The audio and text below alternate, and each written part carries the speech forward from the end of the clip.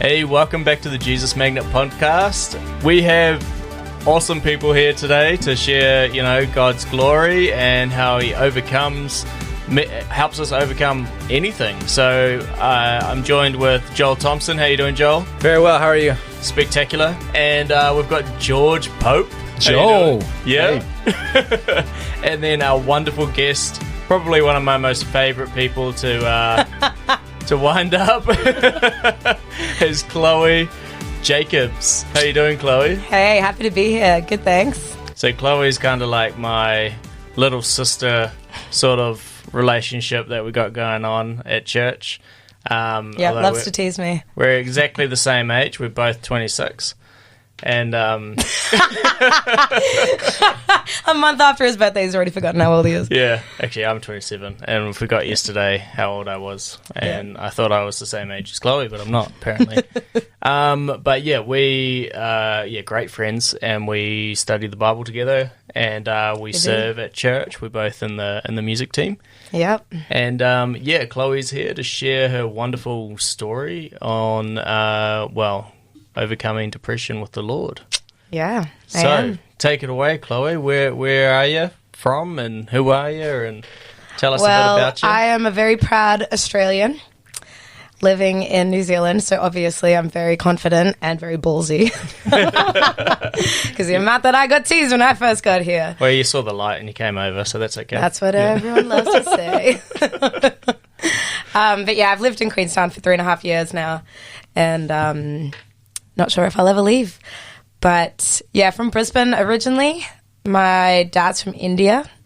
My mom's from Sydney. And I grew up in a mixed sort of race family, in a Christian family. My dad's side are Catholic and mom's a Baptist, so it was a very interesting sort of childhood. Wow. 1 week to the Catholic church, 1 week to the Baptist church, which as a kid was extremely confusing, and I really hated it, actually. But it definitely showed me the kind of faith and the kind of Christian that I would want to be. And I gave my life to God when I was 6. I remember being in the playground being like, man, I've got no friends around. I don't know where they are. And I was just like, Jesus, can you come into my heart? And I went home and told my mom, and she was like, it was the coolest thing that she'd ever heard. Wow. So, yeah, that was... I think that's so cool that you got to experience 2 different denominations. Yeah, it was tricky. Not many people get to do that. I've actually met so many of my friends that have had the same upbringing. Really? Yeah, it's interesting. You were the first I've ever met that's had one and the other. Yeah, and trust me, they're polar opposites. Oh, yeah? Yeah.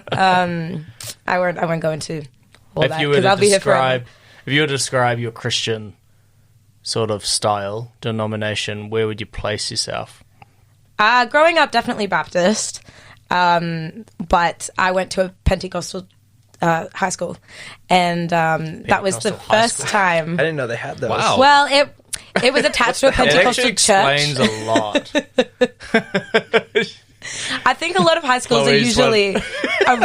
Sorry. Oh, here You're we the go. most loudest person I think I know in my life. Yeah, so the Pentecostal high Yeah. school definitely makes a lot of sense. Yeah, the Baptist thing doesn't, does it? No. Yeah, but that was the first time I'd ever experienced people putting their hands up in worship. And I was like, what is this? Is this normal? And then when I tried to try it at my church, everyone kind of looked at me like, what is she doing? And, but yeah, I'm kind of all about that. And I don't really like labeling the denomination stuff. Yeah. I just tell people I'm a follower of Jesus. If they ask Awesome. me about denominations, I say I'm not really one. We learnt that, and they teach that quite well in YWAM, actually. It's true. Yeah. Do and they? It's like, well, instead of being non-denominational, like it's kind of a popular thing for churches. We're no denomination. Well, YWAM is more like, we're all the denominations. All the denominations are welcome. And yeah, we've had a ton of students and people from all different backgrounds. I'm from a pretty conservative background, and YWAM internationally is like more erring on the charismatic. Yeah, Yeah. it's definitely, because it doesn't have an official theology, but wherever you go, you just find more moves of the Holy Spirit, more charismatic culture, and Yeah. so that was new for me. I'm glad I didn't have to be like Pentecostal or something to come to YWAM. Yeah. Yeah, When that's I good. experienced YWAM, the main thing was like, do you believe in Jesus Christ and that he was raised from the dead? You know, if that's what you believe, then you're a Christian. Yeah. Full stop. That's right. That's what it should be. The rest is just noise 100%. That's interesting, but not necessary. Yeah, Yeah. I totally agree. Do your other friends that have been growing up in multiple denominations, were they like Catholic and Protestant, or was it more like, oh, we went to two different churches? Because Catholic to Protestant is a pretty big jump, as opposed to like, oh, we went to Assemblies of God and Pentecostal, which might be like, I don't know, somewhat different. It's more like one parent had strong beliefs in one and the other had in the other, and so you were trying to honor both of those differences. Same for me in my situation. But I did struggle a lot with that. And it was interesting because I didn't really know where I belonged growing up in that. And then also like growing up in a mixed race family, I also found that interesting. I didn't know where I belonged with that either. My mom's blonde and blue-eyed, and my dad looks a lot like me, but my nana is very dark, and, you know, like, I didn't really fit in with either family. One family's way darker than me, one family's all blonde and blue-eyed sort of thing. Wow. So that with the religious side of it as well, like, it was just a bit confusing as a kid growing up, being like, where do I actually fit in here? And back then, I don't think, especially on the north side of Brizzy, it's not as many mixed race families back 25 years ago, whatever. So, yeah, it was interesting. But it gave me a good understanding of, like, what the family of God is. Yeah. Because it's everything. It's everyone. That's really cool. Well, that's a very cool perspective to come away from it with, instead of a torn-up perspective of neither one is right, neither, you know, seeing the value in both. Yeah. Yeah, fully. Yeah, so childhood was pretty normal. And then when I became a teenager, my poor mother, I I was a handful. But that was when my mental health really started to decline. I reckon from around 13 to 15, I was anorexic, really struggled with body image. And it's, you know, in the early stages of those kind of things, I feel like society doesn't really give it much credit, because unless you can fully see it and it's really obvious, there's not much support. But I could tell that my mental health wasn't amazing with that. But when I was 16, that's when depression began for me. And that's kind of like my whole testimony till now, being 26. Wow. Is pretty much all centered around depression, because that was my life for the last 10 years. Yeah, it's been a massive journey. What so when you were 16, what sort of like initiated the depression, or did it just fade into your life as something that was there, or? It was pretty gradual, but I think part of it is circumstantial. My grandma got diagnosed with terminal cancer, and I hadn't lost anyone up until that point. And I also was suffering with like chronic pain. I had undiagnosed endometriosis, which is, it affects like so many girls with their periods and stuff. And so that was torture. I had so many sick days that year because I just simply couldn't get out of bed. But yeah, there was a few things going on, but I do think that a lot of it was biochemical, because it kind of just happened. It was like one day I woke up and I was like, oh, I don't feel that good. And then I woke up again and I was like, oh, really don't feel good. And I was like, oh man, should I even be alive? Do I want to be alive? And then a month later, it was like, no, I'm going to die. I don't want to be here anymore. Oh. What was the response of like the community of faith around you? Were they pretty acknowledging of those chemical imbalances, or of the condition, or did you have support? What was that like? It was pretty awful. Yeah. To be honest. I actually had a really, really terrible experience with people finding out. So basically, I wasn't in a good place. My friends were worried about me, rightfully so. But I could pretty much hide it from my family. My mom worked a lot, and my dad wouldn't have noticed emotional changes in me because I was a teenager, and that kind of fluctuates a lot anyway. But I actually got dobbed into my school counsellor. Still don't know who by, but someone told them, oh, we're really worried about Chloe. And then I got taken to the school counselor's office, and she made me do one of those ridiculous mental health pop quizzes that kind of tell you, are you a little depressed or are you severely depressed, which yeah. Is there a better option on the test, or is it just Not really. a little or a lot depressed? Yeah, they think that it's beneficial, but I didn't really think so at the time. And yeah, then they called my mom up to the school, and she was a mess. And then they took me straight to the doctor's office, and they got me straight on meds and to a psychologist. And I can barely tell you anything else that happened around that time because it's all a blur. All I know is that I got absolutely no say. And it was super traumatizing because it was just so obvious I had no control over my life. And it was really difficult, especially as a 16-year-old. No one ever asked me, like, are you actually okay? Like, I know that you've just gone through a lot today. Like, they were just treating me like a bomb that was just going to go off at any moment. And it took a long time for me to get over that. And I can't even tell you, like, much about the meds or the psychologist or whatever, because I think the meds made me, like, blur everything, like blur all my memories, not really remember much, to be honest. But yeah, I also remember one time there was a student teacher that was helping with the counselor at school, and she came to my class to come get me for a session because I hadn't shown up. And instead of just like calling the classroom and just being like, oh, can we just send Chloe up to the office? She came down and got me, and then everyone knew that I was getting that's not counseling. Good. And I just knew in that moment, everyone's going to know now. And everyone did. And I can bet you there was like 20 other kids in my grade that was suffering with depression, but everyone knew that I did because I was always on stage singing and performing and stuff. So it was really hard. High school was horrendous. The power of being labelled is 100%. Real. It kind of actually goes on two extremes, though, because we know being a child of God, that's our label as well. But then the devil always wants to label you as this lost, hopeless person that you know that, and you're never going to be anything else. And he'll use that and spread that rumor like a cancer through everything and everybody you know.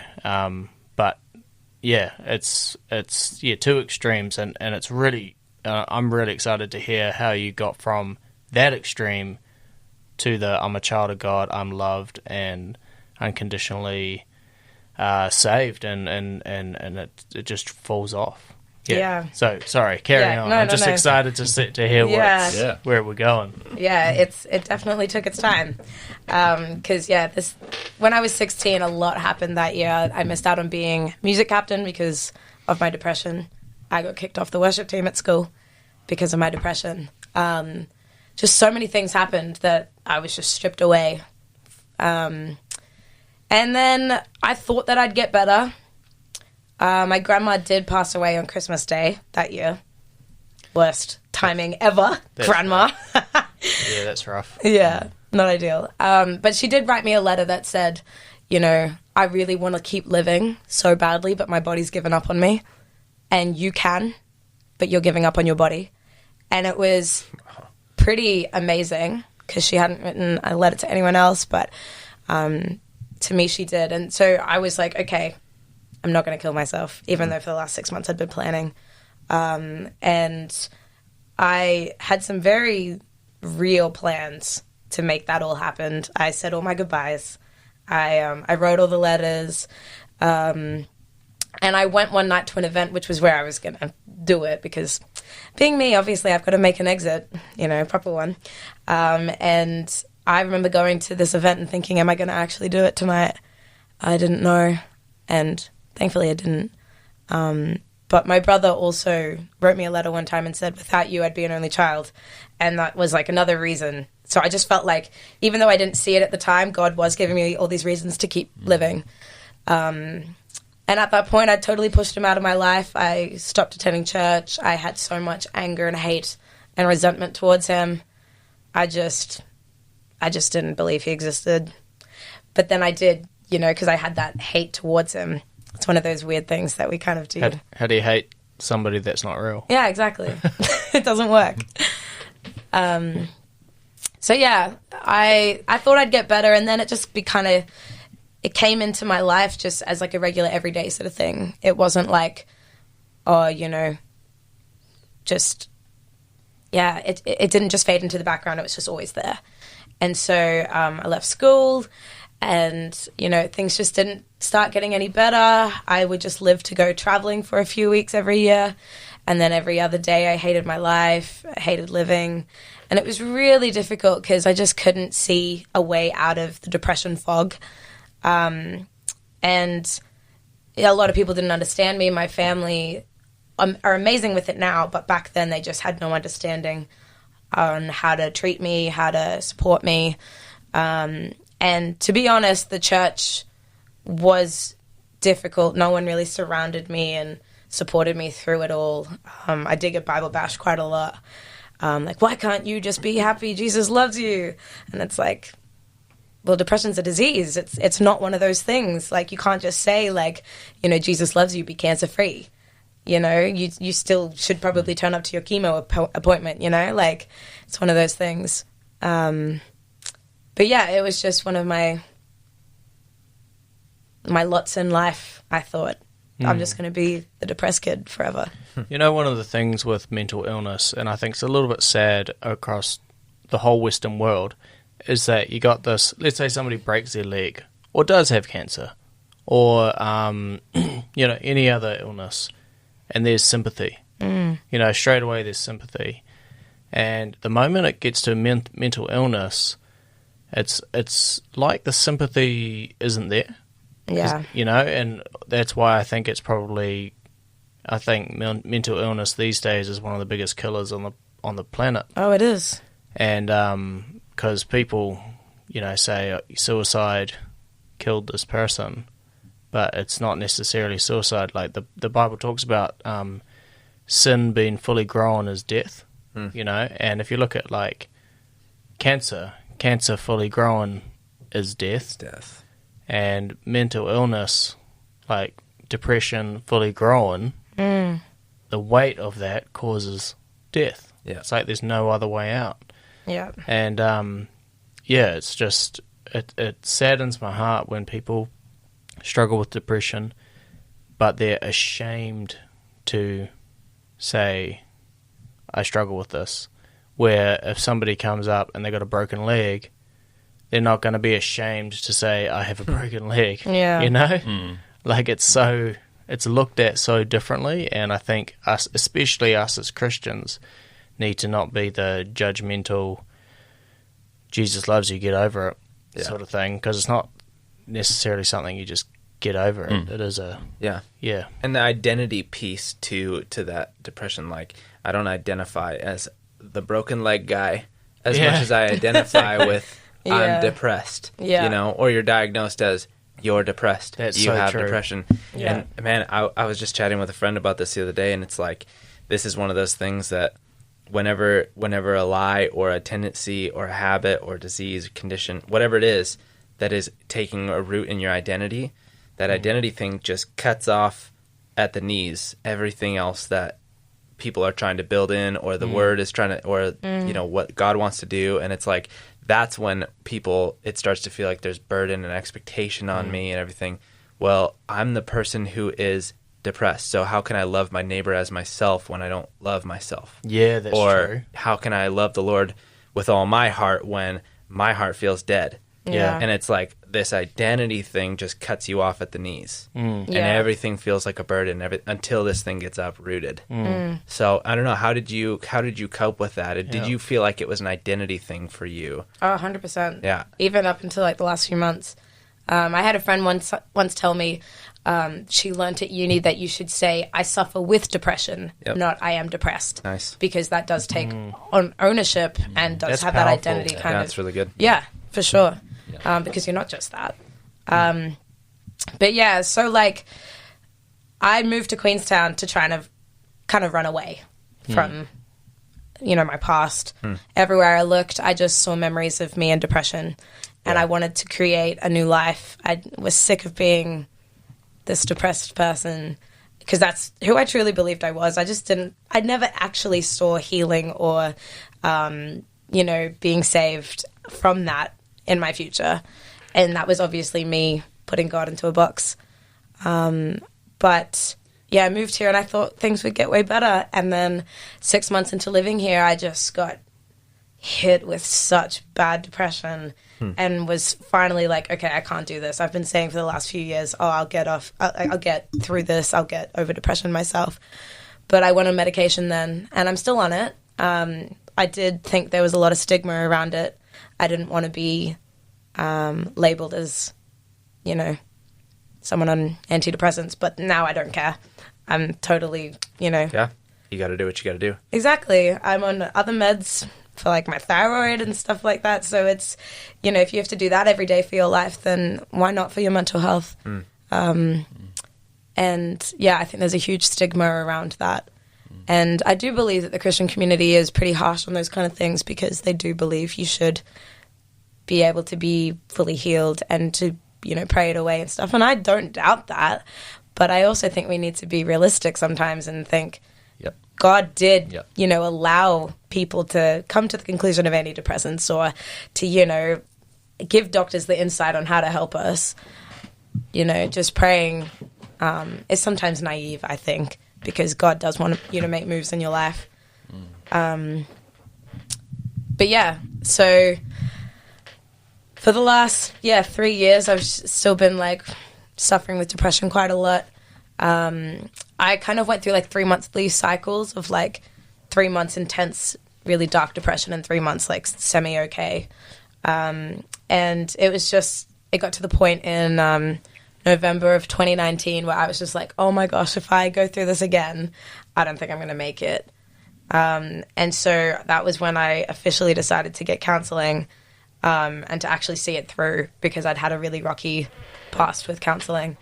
And I got to say, it works. It really does. If you find someone that you connect with, they don't become your counselor. They become your support cheerleading person that, cheers you on to keep on striving for victory and striving for success and striving for happiness. And I haven't had a session in a little while now, and I actually miss it, because it is, she was such an important person to me. But you're having to make that commitment to yourself of actually seeking good mental health, good mental well-being. It took me a long time to come to that conclusion. There was lots of nights of me being scared of myself, almost driving myself to the hospital because I didn't know if I could get through the night by myself. Yeah. Didn't think I was safe. Yeah. Do you think the counselling and all that, I definitely agree. It's something that's, don't be ashamed to go and reach out for someone. But also, touching on that, the power, essentially the power of, but also the lack of maybe discipleship, or being able to lean against and with somebody in Christ. And that isn't very powerful, it isn't very common in the Western church sometimes. You got... The Western world has a serious image problem. Instagram, Facebook, we show this side of ourselves, which is only ever 110%. It's only ever our good side of our face. It's only with the best lighting. It's only when there's the best photo opportunity. It creates this false sense of a lifestyle that everybody has, and it's we compare with each other. Oh, George has gone snowboarding today, and I only ever see him snowboarding. I don't... Yeah, again. Yeah. But, and if he only puts up that side of him, then I only think that he has the coolest life, and my life sucks. And I compare my life against that because I haven't gone snowboarding this season or whatever it is. And that's what we are surrounded by. Most of our day is looking at our phone sometimes, and it's uncontrollably we compare sometimes. But having the discipleship in our lives to be able to say to George, man, I actually really need a mate right now. I'm struggling with this. Yeah. And George saying, you know, I've struggled with that as well. And not going, oh, yeah, I'll be there for you, but I don't struggle with, like, you know, like, I don't think you just need those friends and family around you that are real. Yeah. Instead of that are deceived themselves that there's no struggles in life and there's no trials or anything like that. Because Chloe, I was going to ask you, is there a trigger point that sets depression off for you, or do you know?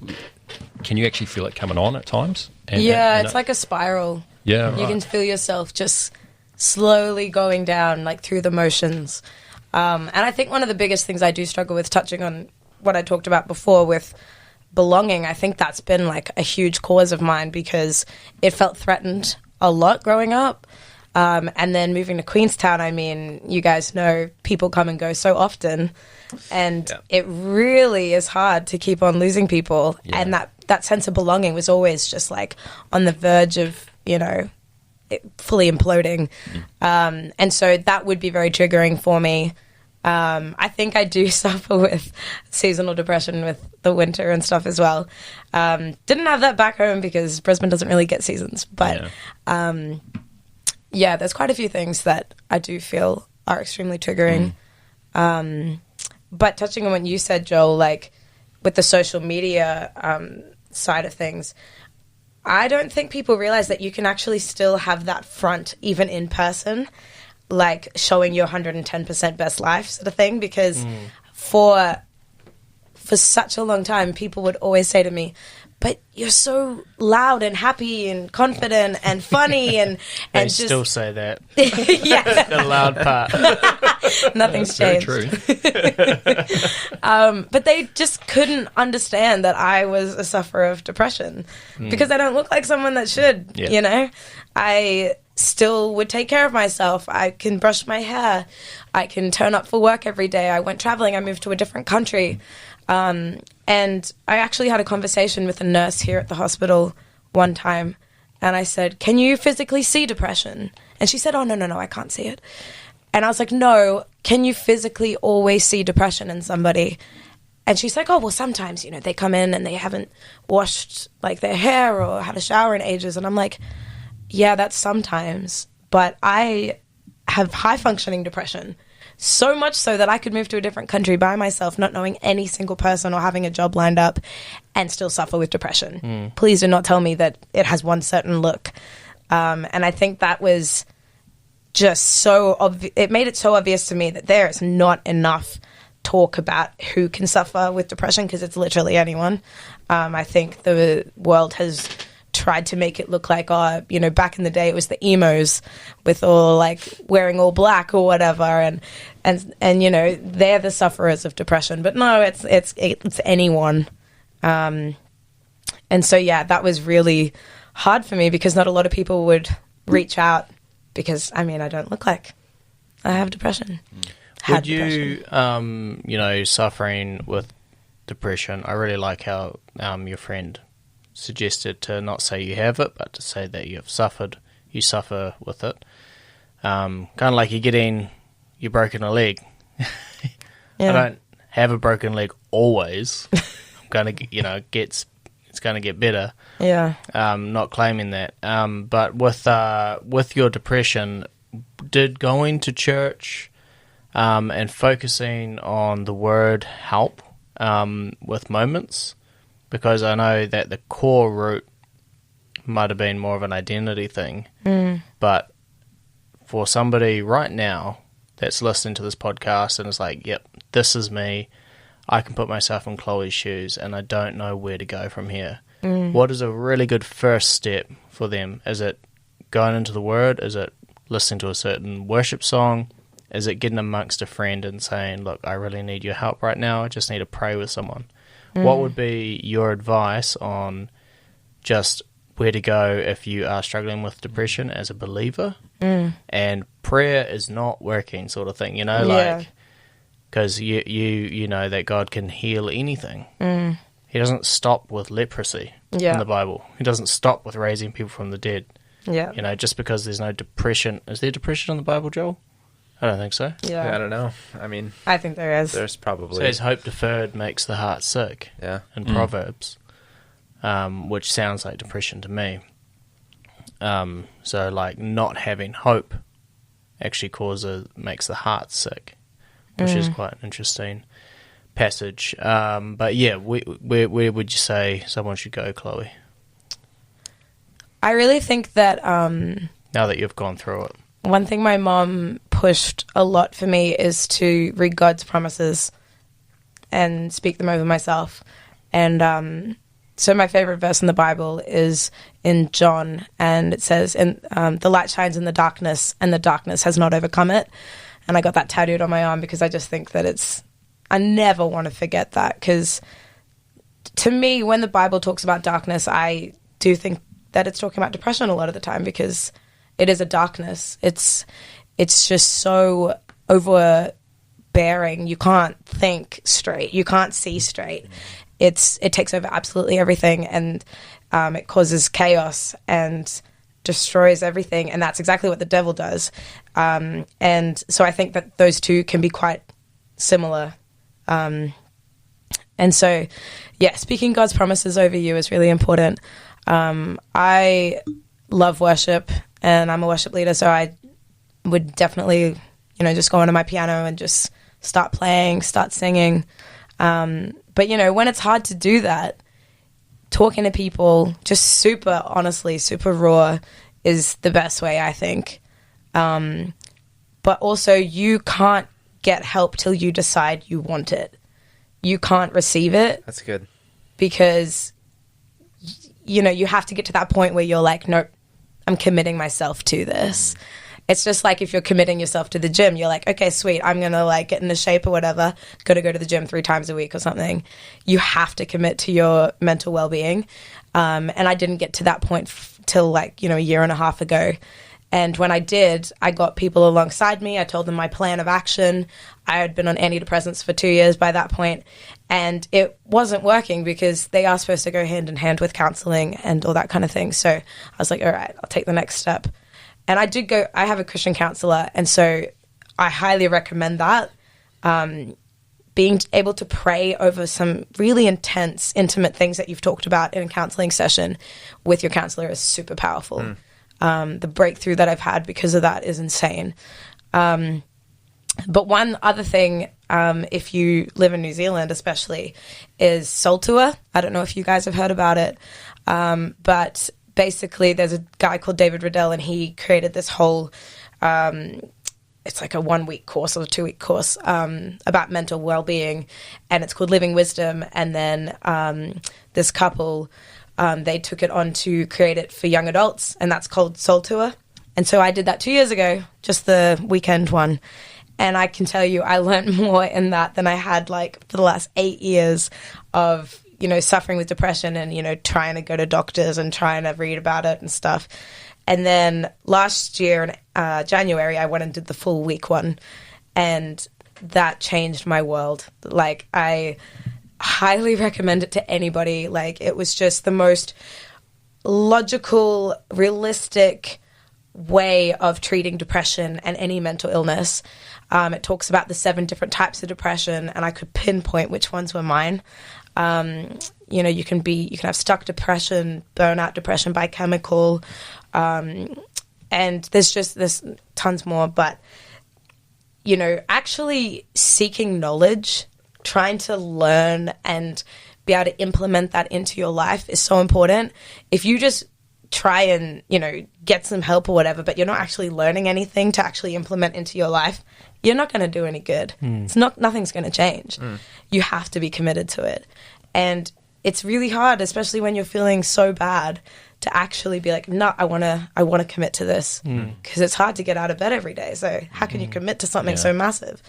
But, Soul Tour is a Christian, course. And so I totally know that God was directing my footsteps into all these different avenues of seeking help and seeking wisdom, because I don't believe that healing is one size fits all. I believe that God always gets the victory, but he goes about it in totally different ways. And I know that he knows me so well that he kind of would have wanted, well, he knows I would have wanted to have a part to play in my healing because I'm a fighter and I love a challenge. And so he let me have part of the win by like learning all this stuff and implementing it in my life and seeing the difference it makes. I think learning those practical steps, like God can break those chains. Yeah, in 2 100%. seconds. Yeah. And I never ever want to put God in a box and be like, you always have to work through it. But I think working through it has a certain. There's definitely a reason that happens. We've shared before on a podcast on the podcast about a friend of Mike Tonks's, and he had these 2 friends, and they're both smokers, and they went to the front one time to get their chains broken of this addiction, and one of them totally broken, never felt the need to smoke after that night, and then the other one, chains not broken, and he still had to go and work through how to break, like slowly weed himself off, and like he would have to go through withdrawals and things like that, like actually work for it. A year later, the guy that his chains were broken was back smoking. Yeah. And the guy to really work for it has never had a cigarette since. And that person, if you think about it, like let's say I go up to the guy who struggled to get through his smoking. If I am someone who my chains were not broken straight away, and the guy's like, just pray more, I'm gonna slap him in the face. Yeah, you exactly. know, I'm like, you have no idea what it's like. God just healed you like that, where I've got to work through it. Yeah. And I'm not saying that God can't. But with what you've gone through, Chloe, like, God could have healed your depression years earlier. You know? Believe me, I know. Like a decade earlier. That 10 years too long is my opinion, you know? 100%. But, and I got really angry at him about that. Yeah, but now, if I came to you and went, Chloe, I'm really struggling in this, Yeah. you would know exactly what it feels like. You would know the trials that I'm going through or going to go through or have been through. And you would know what to say, when to say it, how to say it, and why to say it. Yeah. If your chains were broken too early, you were useless to me. Yeah. And you wouldn't be able to get my testimony shared of my chains being broken and work through that. So, yeah, I do believe, like nothing's too big for God. But I think as a good father, he walks you, like sometimes when you learn to ride a bike, you could hold the kid who's learning to ride a bike by the shoulders and they could never fall off and they could ride a bike fine. But sometimes it's good and healthy for let them fall a couple of times, you know, a couple of grazes, you know, you're not going to die from it. And it's like, get up, you're going to get stronger, you're going to get better you're more resilient. Yeah. You could never fall over if your father just held you the whole time, but sometimes it's good to fall over a couple of times, and then you can help the next person and be like, don't worry, it's not that, I mean, not that it's not bad to fall over in depression, but my heart isn't that towards that, but you know what I'm saying. Yeah, fully, because I think that I am really grateful now that I've gone through it all, because I'm much more personable. Like, I can fully understand where anyone's kind of coming from with mental health struggles. And it would kind of kill me if I was ignorant to that still. Fully. So, yeah. And the thing is, if you'd talked to me a year ago, I was really bitter. I was so angry at God. I was like, man, you're doing all this stuff for other people, and you could have healed me such a long time ago. And I'm still struggling with this. And it was so, I was so angry at him. And I did go through really bad depression, like in winter last year, because of it, because of how angry I was at God. Yeah. And I think that when you have anything, like any ill feelings towards God, that's when you feel the worst that you possibly can feel while living, I think, because if you are the one that's putting all these barriers between you and God because you're angry at him, it you know, you're cut off from your life source. Like, it's such an awful feeling. Yeah. And the only thing that really turned it around for me was my counselor said, look, Chloe, can I be frank with you? God freed you a long time ago, but you didn't free yourself. Wow. Oh, wow. Okay. That's Yeah. pretty profound. Yeah. Yeah. It turned everything around for me because I was the one that was still trapping myself, because I honestly didn't believe that I was going to be anything but a depressed person. I was like, no, this is me.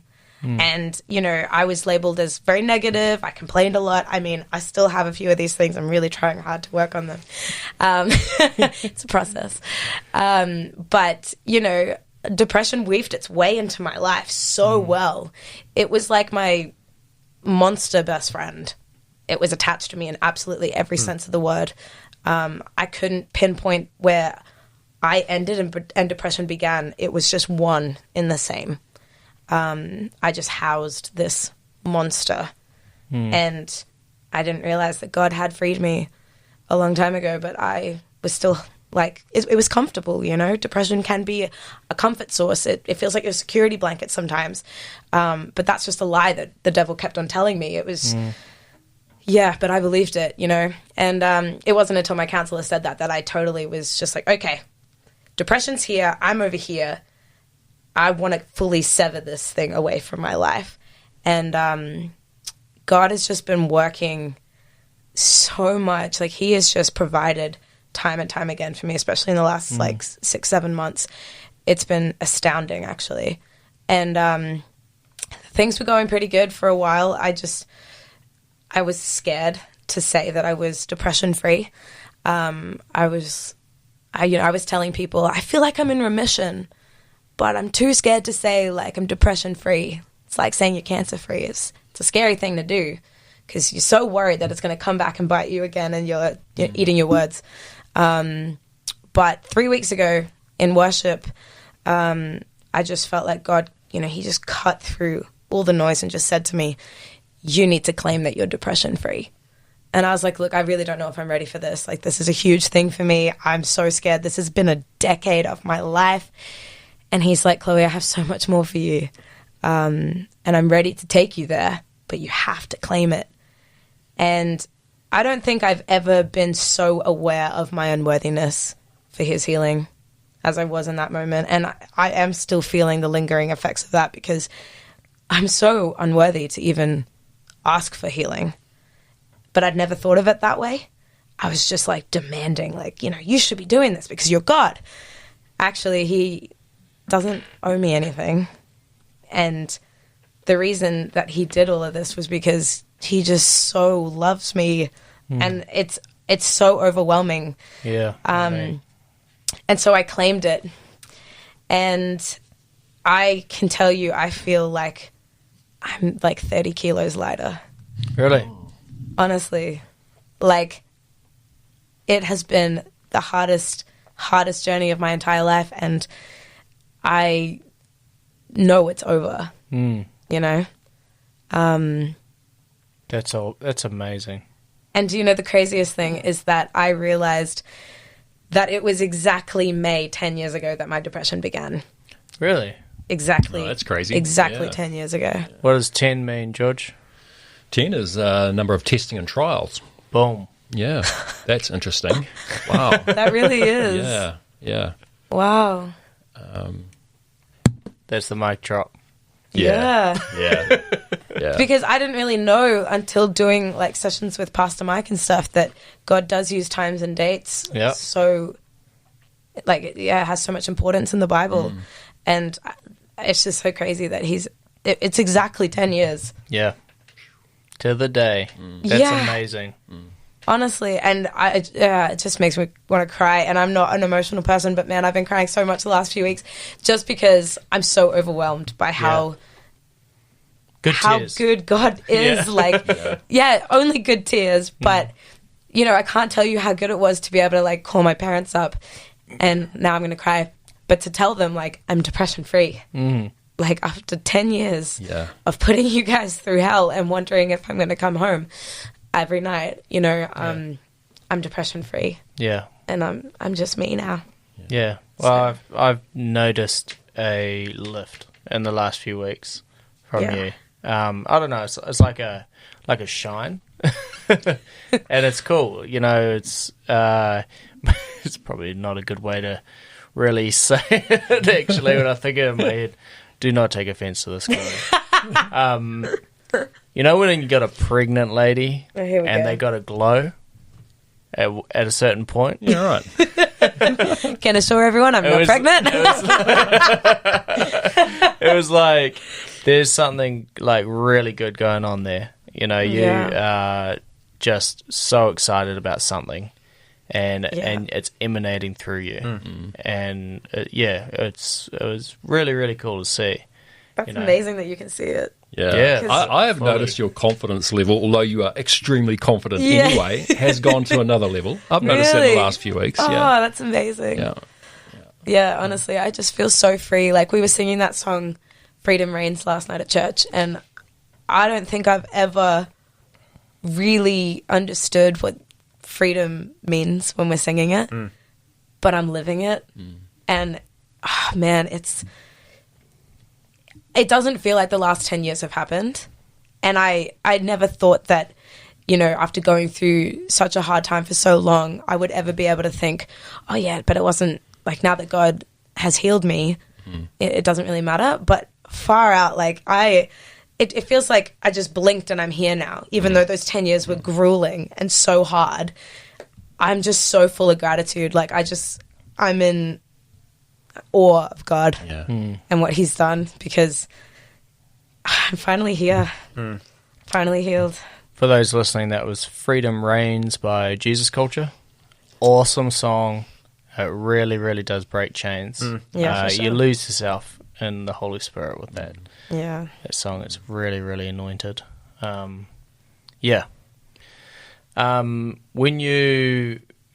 now that you're, you know, it's been totally broken off you,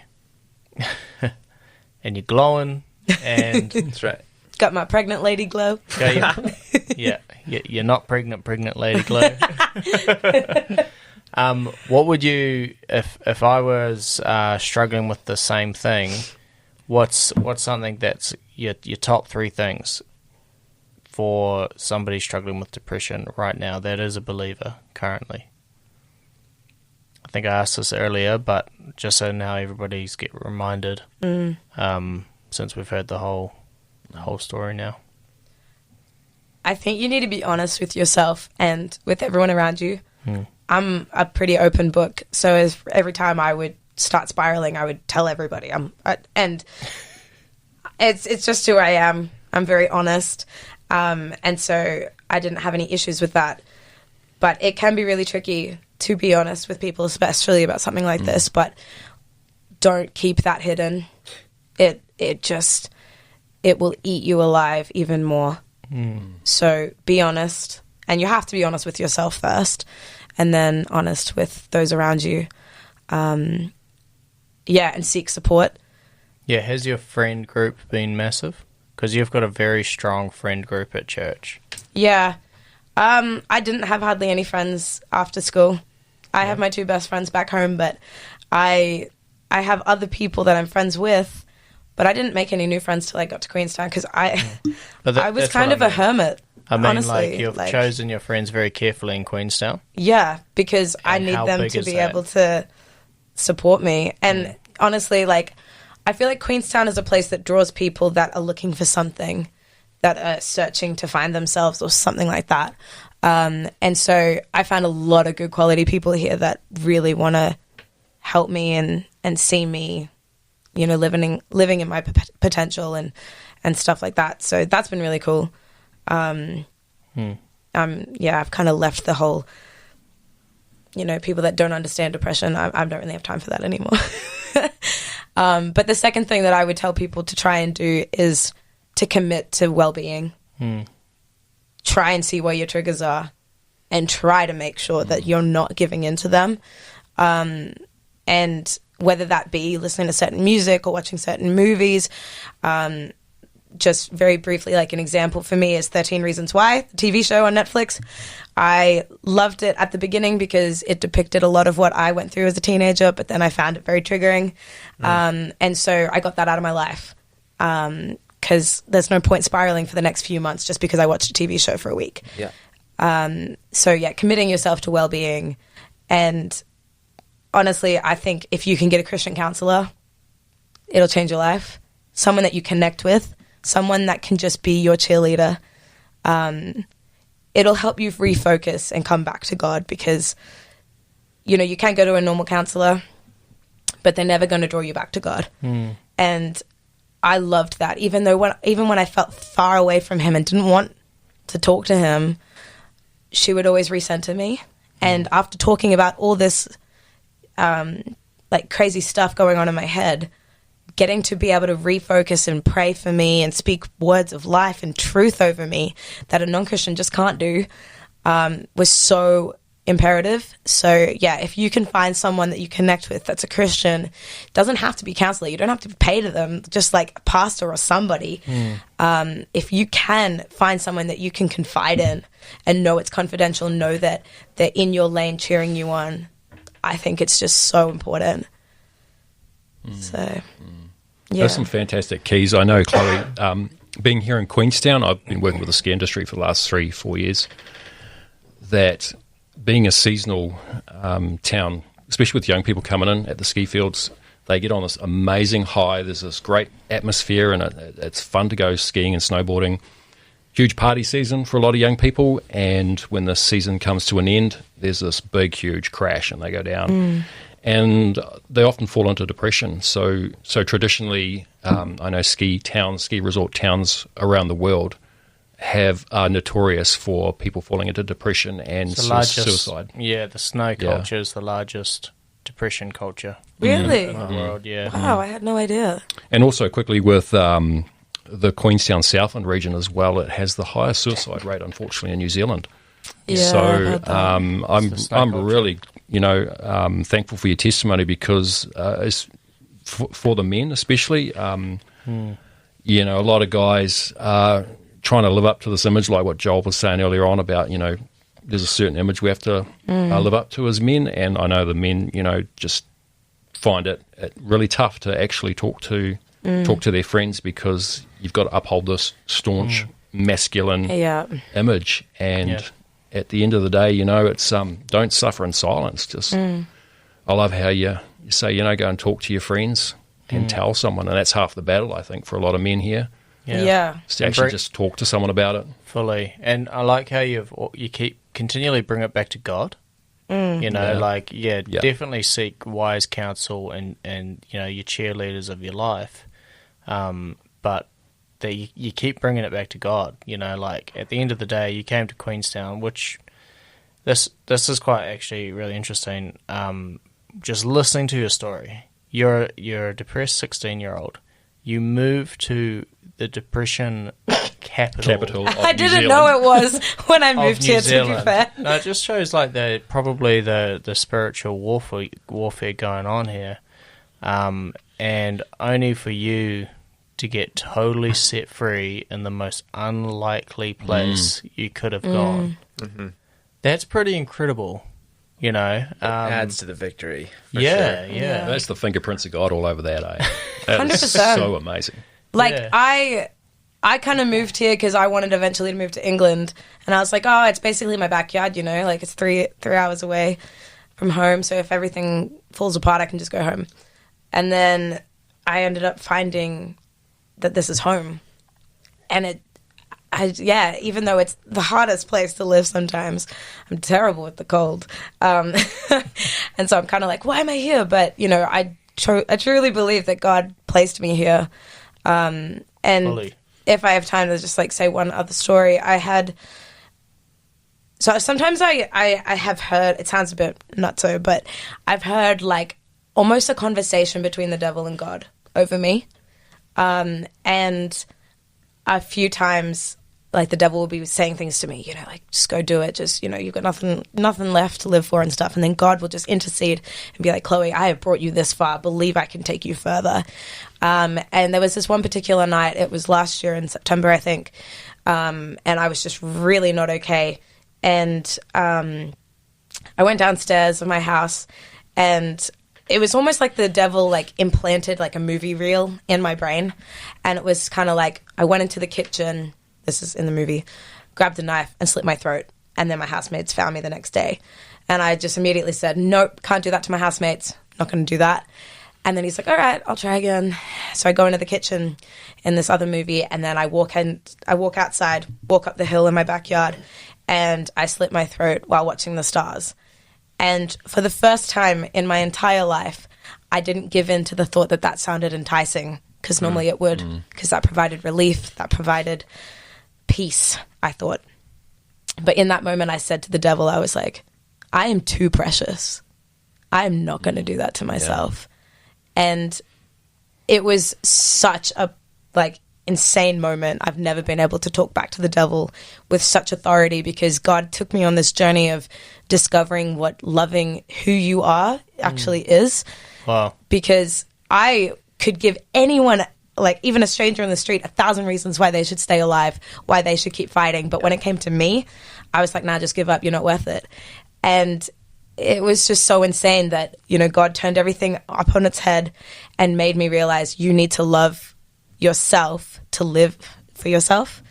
And yeah, I think that was just such, and I think sometimes the church sort of says, you need to love others above all things. And sometimes we forget to love ourselves. And I think I felt almost guilty if I did that. And so I didn't have any love for Chole. And I started looking at her I started looking at myself as a third person to try and really, craft and create that love that I have for other people for myself. And I think when you do love who you are, you will not want to treat yourself badly. You will not want to self-harm. You will give that up. Yeah. And so I gave that up. And you will not want to think of yourself as someone that you can kill, because you don't want to kill anyone else, but wanting to kill yourself, it is so horrific if you think of yourself as someone you love. I wouldn't want to kill anyone in my family or my friend group or anyone really. But yet I wanted to kill me. Wow. So you really need that. You need that sense of self-love. And I know that society preaches it as like, self-love, like go wash your hair or whatever. But anything you can do to really like internally love yourself, I think is so important. Because you should love yourself enough to want to live for yourself. So that's awesome. Well, man, Chole, one thing that stood out to me when you were talking is when you were asking, can you see depression? What does it look like when someone is depressed? And I was thinking while you were saying that, it's like, well, I don't know if you can see depression specifically, but I know what the Bible does say, that if your eye is single, then your whole body will be full of light. Or some translations say if your eye is healthy. If you're healthy, you'll be full of light. And yeah, you're full of light. And so Boom. Don't put the light under the basket. Yeah. That's the shine that's the shine that I've seen in the last few weeks. So don't let it, don't hide it. guys. Be a testimony. Yeah. And thank you for sharing that with us and to everyone who will listen to this. And don't put it under a basket. Don't hide it here. Don't hide it in this community. Yeah, we appreciate it. Yeah, thanks so much. Yeah, I definitely want to shout it from the rooftops. Yeah. Seriously. God's amazing. Yeah, so anybody that's listening and this episode has helped you, then reach out. Let us know. And yeah, if you want to find us, we're on Facebook, on Instagram, and soon maybe YouTube. Also Twitter. Cool. And Twitter. Oh, you got it all covered. Yeah, we're just Definitely. not touching that TikTok. Oh, no, don't. Whatever that Please is. don't. We could start dancing. Please We don't. could take it out. Please don't. You'll lose your street cred. All right, do you want to wrap us up, Joel? Yeah. Chole, again, thanks so much. It was thank you, honestly guys. awesome. I think your testimony is huge. It's very important for our generation. It's important, like, we said, in Queenstown. And for anybody who's listening as well, if you were impacted by it, then shoot us a story. Shoot us a testimony. Yeah. You can feel free to reach out for help. I'd encourage you to reach out to anybody who is close to you and in your community as well. But if you want to reach out with a testimony or story, man, we're all about testimonies here. So, but until next time, we'll just say see you later. Thanks, Chole. Yeah, thanks, George. Chloe. Thanks, guys. See you later, Joel. See you, Joel. Catch y'all next time. Dun, dun, dun.